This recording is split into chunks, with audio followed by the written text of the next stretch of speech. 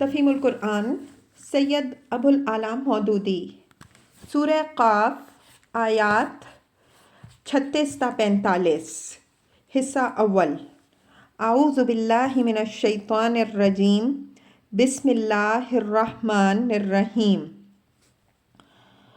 وَكَمْ أَهْلَكْنَا قَبْلَهُمْ مِنْ قَرْنٍ هُمْ أَشَدُّ مِنْهُمْ بَطْشًا۔ ہم ان سے پہلے بہت سی قوموں کو ہلاک کر چکے ہیں جو ان سے بہت زیادہ طاقتور تھیں۔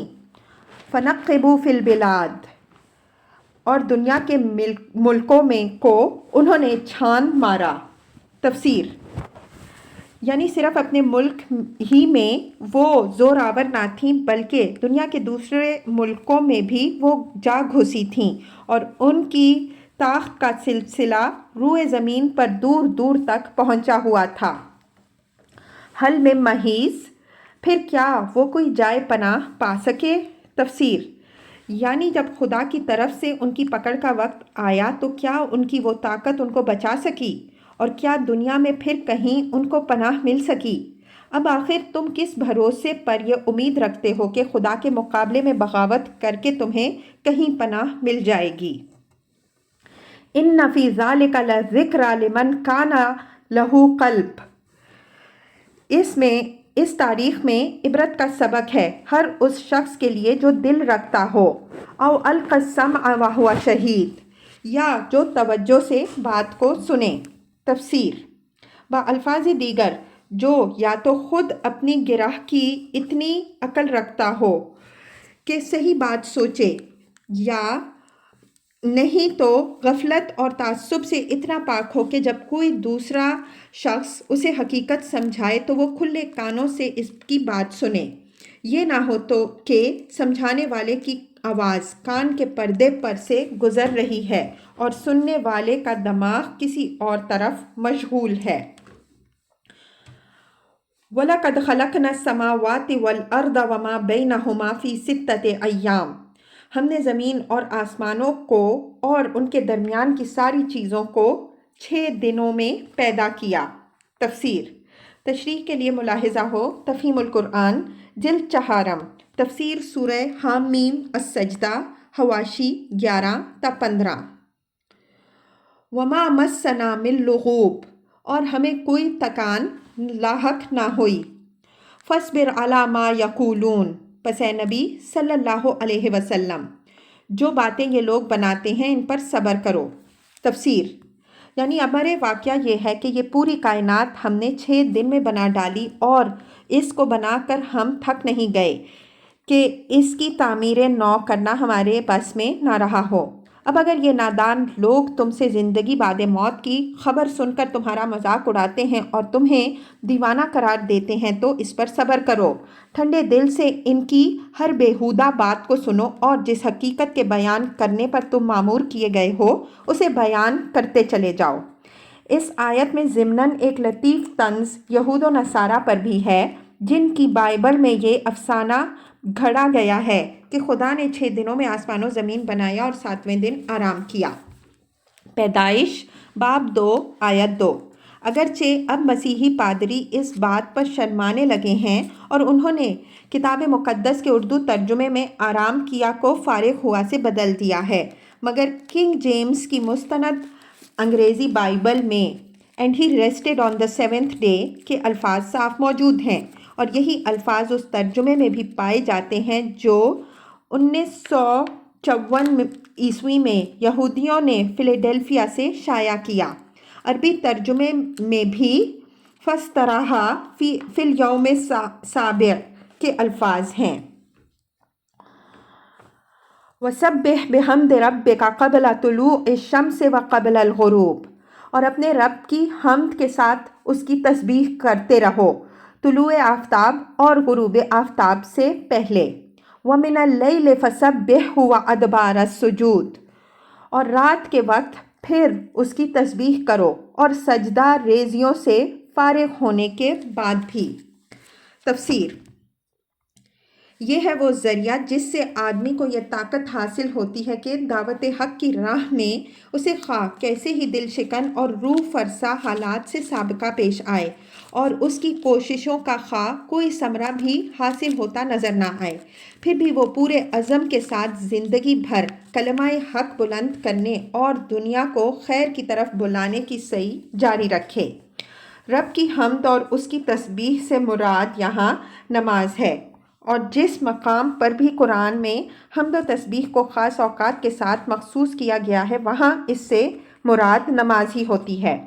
طلوع آفتاب سے پہلے فجر کی نماز ہے، غروب آفتاب سے پہلے 2 نمازیں ہیں، ایک ظہر دوسری عصر۔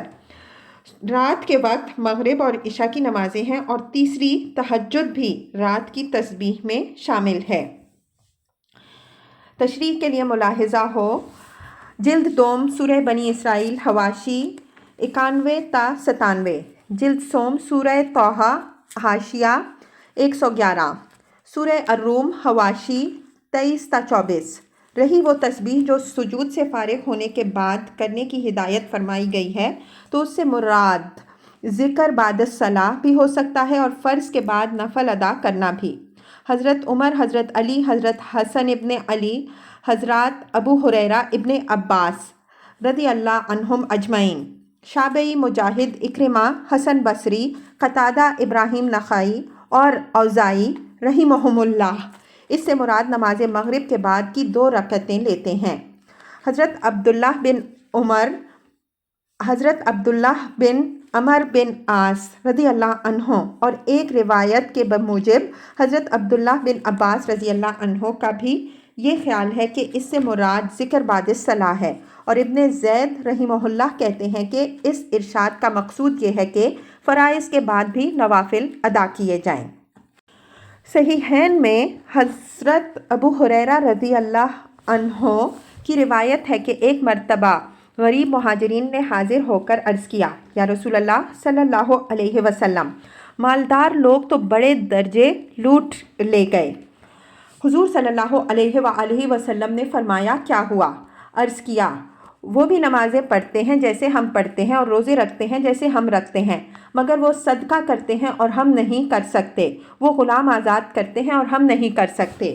رسول اللہ صلی اللہ علیہ وآلہ وسلم نے فرمایا، کیا میں تمہیں ایسی چیز بتاؤں جسے اگر تم کرو تو تم دوسرے لوگوں سے بازی لے جاؤ گے، بجز ان کے جو وہی عمل کریں جو تم کرو؟ وہ عمل یہ ہے کہ تم ہر نماز کے بعد 33 مرتبہ سبحان اللہ، الحمدللہ اور اللہ اکبر کہا کرو۔ کچھ مدت کے بعد ان لوگوں نے عرض کیا، ہمارے مالدار بھائیوں نے بھی یہ بات سن لی ہے اور وہ بھی یہی عمل کرنے لگے ہیں۔ اس پر آپ صلی اللہ علیہ وآلہ وسلم نے فرمایا، ذالک فضل اللہ یؤتیہ من یشاء۔ ایک روایت میں ان کلمات کی تعداد 33 کے بجائے 10 بھی منقول ہوئی ہے۔ حضرت زید رضی اللہ عنہ بن ثابت کی روایت ہے کہ رسول اللہ صلی اللہ علیہ وآلہ وسلم نے ہم کو ہدایت فرمائی کہ ہم ہر نماز کے بعد 33 مرتبہ سبحان اللہ اور الحمدللہ کہا کریں اور 34 مرتبہ اللہ اکبر۔ بعد میں ایک انصاری رضی اللہ عنہ نے عرض کیا، میں نے خواب میں دیکھا ہے کہ کوئی کہتا ہے کہ اگر تم 25 مرتبہ یہ 3 کلمے کہو اور پھر 25 مرتبہ لا الہ الا اللہ کہو تو یہ زیادہ بہتر ہوگا۔ حضور صلی اللہ علیہ وآلہ وسلم نے فرمایا، اچھا اسی طرح کیا کرو۔